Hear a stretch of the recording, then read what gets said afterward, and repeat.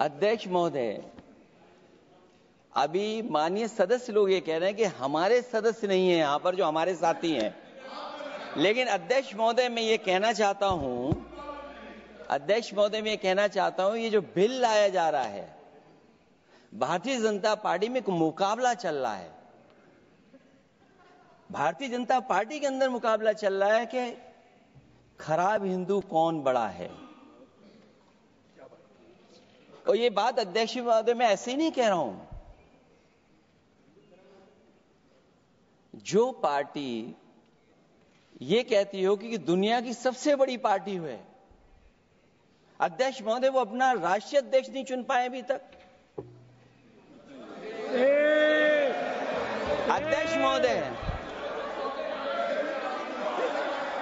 अध्यक्ष महोदय भारतीय जनता पार्टी क्या है?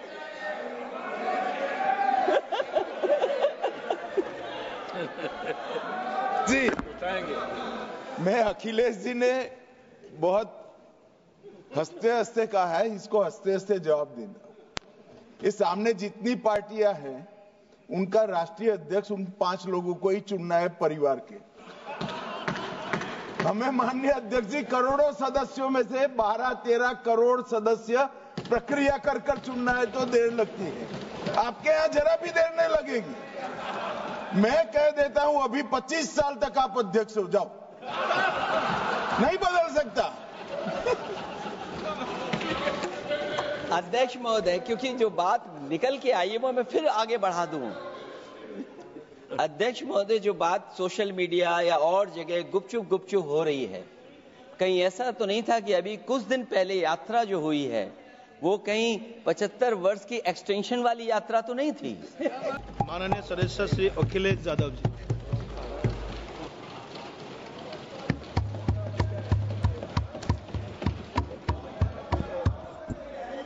प्लीज। कोई बात नहीं।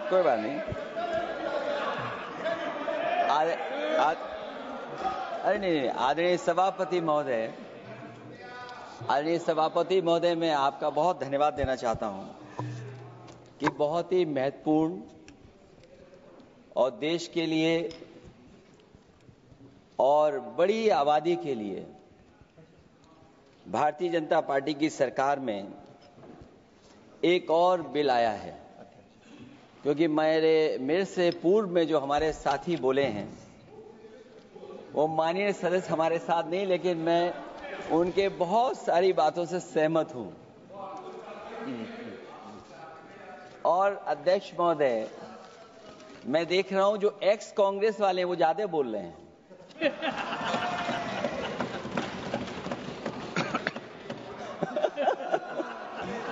आदरणीय अध्यक्ष महोदय,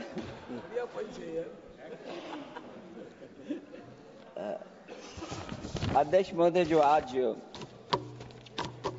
बिल पेश हुआ है, मैं हिंदी और अंग्रेजी को जो कुछ समझ सकता हूं वो यही मैं कह सकता हूं कि माननीय मंत्री जी ने ये कहा कि ये उम्मीद है। ये उम्मीद कैसे बना है? अंग्रेजी में भी मुझे समझ में नहीं आ रहा कि उम्मीद है ये, हिंदी में भी समझ में नहीं आ रहा कि ये उम्मीद है। यूनिफाइड वक्फ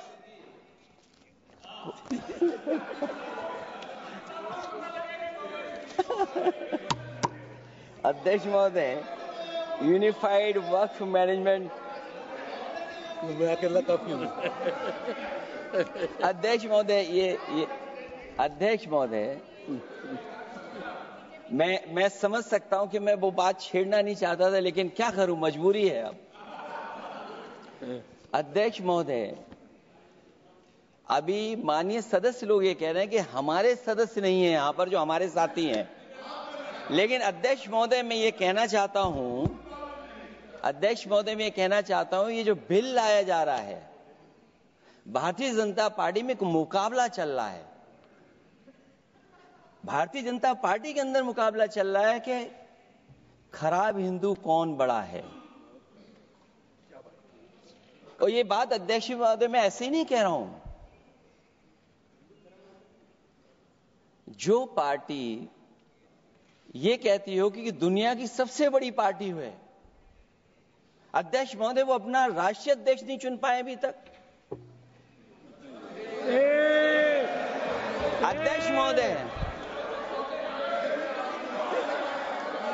महोदय, भारतीय जनता पार्टी क्या है?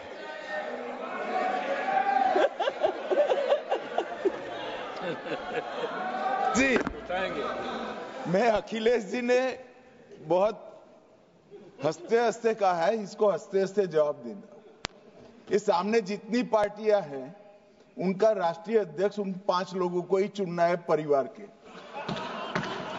हमें माननीय अध्यक्ष जी करोड़ों सदस्यों में से 12-13 करोड़ सदस्य प्रक्रिया कर कर चुनना है तो देर लगती है। आपके यहां जरा भी देर नहीं लगेगी। मैं कह देता हूं अभी 25 साल तक आप अध्यक्ष हो जाओ, नहीं बदल सकता। अध्यक्ष महोदय, क्योंकि जो बात निकल के आई है वो मैं फिर आगे बढ़ा दूं। अध्यक्ष महोदय, जो बात सोशल मीडिया या और जगह गुपचुप हो रही है, कहीं ऐसा तो नहीं था कि अभी कुछ दिन पहले यात्रा जो हुई है वो कहीं 75 वर्ष की एक्सटेंशन वाली यात्रा तो नहीं थी? अध्यक्ष महोदय, ये जो इस बार जो वक्फ बिल आया है, नाकामी का पर्दा इस बार है वक्फ बिल। और नाकामी कोई एक आध नहीं है, मैं कई नाकामियां बता सकता हूं। अभी मैं माननीय सदस्यों को सुन रहा था, वो पुराने कई बिल उनके बारे में चर्चा कर रहे थे कि कितने प्रोग्रेसिव बिल लेकर के आए हैं। मुझे याद है, मैं उत्तर प्रदेश में उस समय था और मुझे लगा कि शायद इनकी वो बात ठीक होगी। एक ये बहुत तैयारी के साथ फैसला लेकर के आए थे और फैसला ये लिया था, आधी रात के आज के बाद नोट नहीं चलेंगे, नोट बंद हो जाएंगे। अध्यक्ष महोदय, उस नोटबंदी नाकामी के बारे में भी तो चर्चा हो जाए कि अभी भी न जाने कितनी जगह पर कितना रुपया निकला जा रहा है, कितना निकल करके आ रहा है। केवल नाकामी नोटबंदी की नहीं, नाकामी बेरोजगारी की भी है, नाकामी महंगाई की भी है, नाकामी किसान की आय दोगुनी नहीं कर पाए वो भी इनकी नाकामी है। मुझे याद है, एक माननीय मंत्री जी पूरे देश की नदियों के बारे में बीओडी बता रहे थे, लेकिन माननीय मंत्री जी ये भूल गए कि उनके हो गई यमुना क्या साफ हो गई, स्मार्ट सिटी क्या बन गई, क्या गोद लिए हुए गांव इन्होंने गोद से उतार दिए, उनकी क्या दुर्दशा है। इसलिए मैं कहना चाहता हूं, ये नाकामी का पर्दा इस बार वक्फ बिल बना है। और सबसे बड़ी बात तो यह है कि जिसके लिए फैसला होना है उसकी बात को अहमियत न देना भी नाइंसाफी है। अध्यक्ष महोदय, नाकामी केवल यहां तक नहीं है। और भारतीय जनता पार्टी क्या है, मैं केवल एक पुरानी घटना याद करता हूं। एक बार फैजाबाद अयोध्या में एक कार्यक्रम था, उसमें बड़ी तैयारी की गई थी और तैयारी के साथ कलाकार मुंबई से बुलाए गए थे। हो सकता है वो सहमति दिल्ली से ना रही हो, केवल लखनऊ की सहमति से हो रहा हो कार्यक्रम। और जब कार्यक्रम की पूरी तैयारी हो गई, भगवान श्री राम बनकर के कोई आ गया, लक्ष्मण बनकर के कोई आ गया, मां सीता भी बनकर के कोई आ गया, हनुमान जी, और भगवान हनुमान भी बनकर के कोई आ गया। लेकिन जब लखनऊ से वो हेलीकॉप्टर उड़ा और अयोध्या पहुंचा तो सब लोग थे, लेकिन उसमें हनुमान नहीं थे। अध्यक्ष महोदय, मैं भारतीय जनता पार्टी के लोगों से कहूंगा कि जानकारी करिए कि आखिरकार भगवान श्री राम थे, लक्ष्मण थे, सीता थी, लेकिन हनुमान क्यों नहीं थे? हनुमान इसलिए नहीं थे, शायद उनकी जात या धर्म कुछ और था। अध्यक्ष महोदय, ये देश मिली जुली संस्कृति से चला है। कुछ हमने सीखा, कुछ उन्होंने सिखाया। और जो लोग ये कहते हैं कि हम सबको बराबरी का हक देते हैं, अभी कुछ दिन पहले ईद निकली है। अध्यक्ष महोदय, वो परंपरा रही है, न केवल मैं जाता हूं, बल्कि कोई दल का नेता ऐसा नहीं न जाता हो उस कार्यक्रम में शामिल होने। भारतीय जनता पार्टी के जो मुख्यमंत्री, उप मुख्यमंत्री, वो भी जाते हैं, उप मुख्यमंत्री, सभी धर्मों के नेता आते हैं। लेकिन पता नहीं इस बार क्या साजिश थी, षड्यंत्र था कि वहां पर कुछ पाबंदी लगी हुई थी। अगर किसी कारण पाबंदी लगी हुई थी तो बात समझ में आती है, लेकिन जब जानकारी हुई है, किसी को नहीं पता था कि पाबंदी क्यों लगी है कि आप नहीं जा सकते वहां पर कार्यक्रम में शामिल होने। क्या यही भारत है, यही संविधान हमें रास्ता दिखाता है? अध्यक्ष महोदय, मंत्री जी बताएं हमें, वो खुद भी माइनॉरिटी हैं, भगवान बुद्ध के रास्ते पे चलते हैं। भगवान बुद्ध का रास्ता दूसरा है। हम आपको अपना मानते हैं तब भी जब आप हमारे बहुत सारे ग्रंथों को नहीं मानते, तब भी हम आपको अपना मानते हैं। आप हमारे पुराणों को नहीं मानते हैं, आप हमारे उपनिषदों को नहीं मानते हैं। लेकिन सोचिए, हम हिंदू वो लोग हैं जो आपको स्वीकार करते हैं और गले लगा करके चलते हैं। अब मैं दूसरे धर्म पे नहीं जाऊंगा, कोई नाराज हो सकता है। मैं दूसरे धर्म के बारे में नहीं जा सकता, मैं केवल यही बताता हूं। और मैं उत्तर प्रदेश में, अध्यक्ष जी, जहां से आता हूं, मैं अपमान नहीं कर रहा हूं, मैं सच बोल रहा हूं। और ये बिहार के चुनाव में जो आप कह रहे हैं कि महिलाओं को 2 मेंबर बना दिया, इस बार मैं भी देखूंगा आगे भारतीय जनता पार्टी कितनी महिला लोगों को टिकट देंगे वहां पर।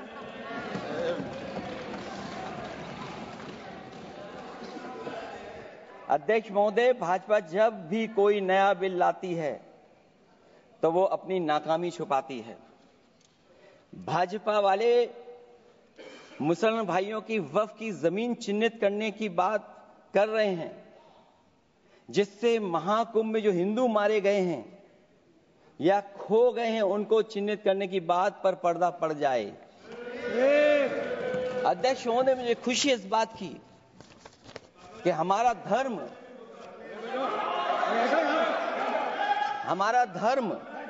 अध्यक्ष महोदय, नहीं, कुछ कहना चाहते हैं। नहीं, प्लीज, उनको अलाउ नहीं किया। अध्यक्ष महोदय, कुंभ में आस्था सबकी है, कोई ऐसा नहीं जिसकी आस्था ना हो। और कुंभ कोई पहली बार नहीं हो रहा था। ये भारतीय जनता पार्टी के लोगों ने ऐसा प्रचार किया कि 144 वर्षों के बाद पहली बार महाकुंभ होने जा रहा है, और लोग निकल पड़े। सरकार ने कहा कि हमारी तैयारी 100 करोड़ की है।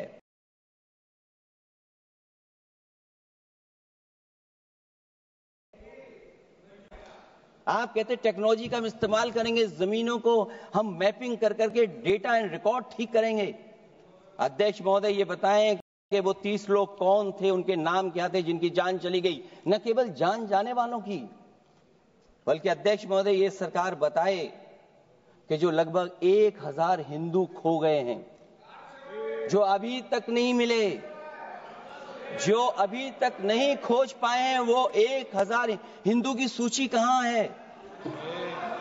और फिर धर्म कारोबार की बात है, जो ये लोग गोली।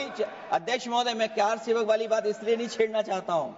अध्यक्ष महोदय, ये शायद माननीय सदस्य जानते नहीं कुछ सच्चाई नहीं जानते। अध्यक्ष महोदय, ये संविधान की वजह से, संविधान को बचाने के लिए, हिंदू एकता को बचाने के लिए कुछ फैसले लिए गए, लेकिन एफआईआर हम लोगों पे नहीं लिखी गई थी। एफआईआर उन पे लिखी गई थी जो बेचारे तैयार हो गए थे सुबह, लेकिन पता नहीं कहां से फोन आया था, कहा था कि अब तैयार तो हो गए हो, लेकिन आप शिलान्यास में नहीं आ सकते। बहुत सही। इसलिए बात को इधर से उधर नहीं में ले जाना चाहता। अखिलेश जी, जरा वक्त पे भी आ जाओ। अच्छा, वक्त पे आ रहा हूं।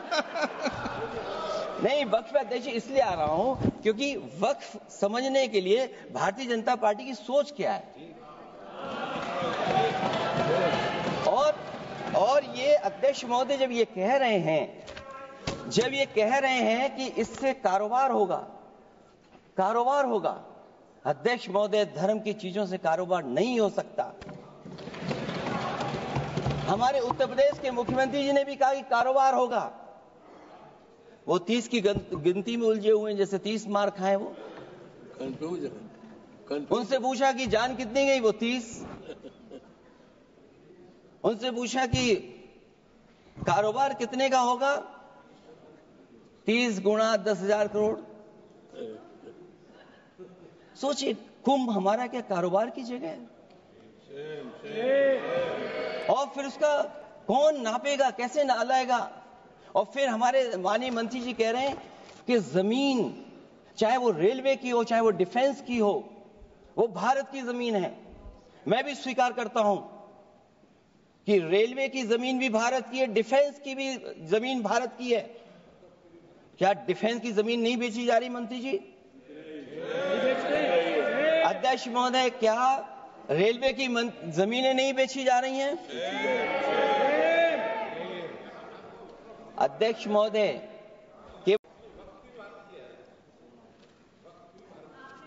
वक्फ भी भारत के, इसीलिए तो कहीं ना कहीं